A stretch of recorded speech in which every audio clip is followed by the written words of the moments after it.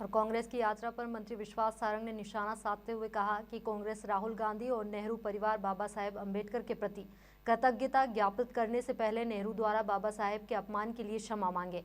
नेहरू और कांग्रेस ने हमेशा बाबा साहेब का अपमान किया।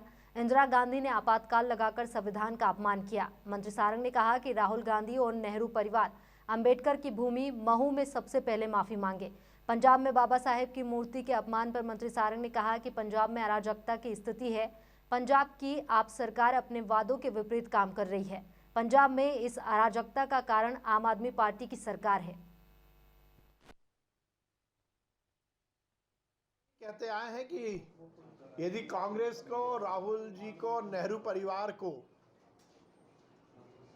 अंबेडकर साहब के प्रति कृतज्ञता ज्ञापित करने का मन बना है तो पहले वो नेहरू जी ने जिस प्रकार से अंबेडकर साहब को अपमानित किया उसके बारे में क्षमा याचना तो कर लें। इतिहास इस बात का गवाह है। अंबेडकर साहब को हर समय नीचा दिखाने का काम जवाहरलाल नेहरू और कांग्रेस ने किया। अंबेडकर साहब को जवाहरलाल नेहरू जी ने कभी संसद में नहीं पहुंचने दिया, चुनाव हराने का काम किया।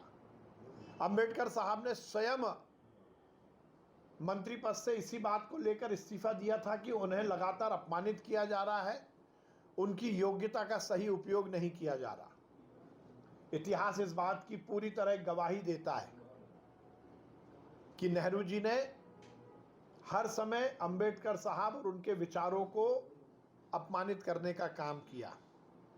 संविधान बचाने की बात राहुल गांधी करते हैं, बहुत अच्छी बात है, भाषणों में ये बात अच्छी लगती है, परंतु यदि वो सही रूप में इस तरह की बातें करते हैं तो इंदिरा जी ने जिस प्रकार से हिंदुस्तान के संविधान को तिलांजलि देते हुए आपातकाल लगाया था, उसकी भी तो माफी मांग ले राहुल जी। निश्चित रूप से महू हम सबके लिए अंबेडकर साहब की जन्म स्थली तो है ही, पर उसके साथ साथ इस देश के संविधान के रचयिता की तीर्थ भूमि भी है। यदि वो वहाँ पर आ रहे हैं, वहाँ पर आकर यदि बातचीत कर रहे हैं तो मुझे अच्छा लगेगा कि वो सबसे पहले नेहरू जी ने जो अंबेडकर साहब का अपमान किया है उसके बारे में क्षमा याचना करें, क्योंकि उन्हीं के तो वंशज हैं। नेहरू जी की परिवार की राजनीति रोटी तो ही तो वो सेक रहे हैं, और मैं पहला व्यक्ति होऊंगा जो राहुल गांधी जी का स्वागत करूंगा यदि उन्होंने मध्य प्रदेश की धरती से जवाहरलाल नेहरू ने जो अंबेडकर साहब का अपमान किया था उसके लिए यदि उन्होंने क्षमा मांग ली तो मैं स्वयं राहुल जी का स्वागत करूंगा। उनमें इतनी शक्ति होनी चाहिए, इतना साहस होना चाहिए कि वो ये बात को स्वीकार करें कि जवाहरलाल नेहरू जी ने अंबेडकर साहब का अपमान किया था।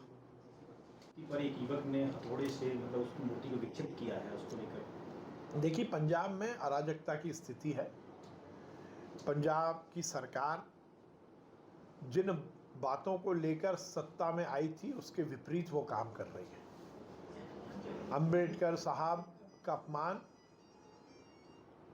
कांग्रेस भी करती आई है और केजरीवाल जी भी करते आए हैं।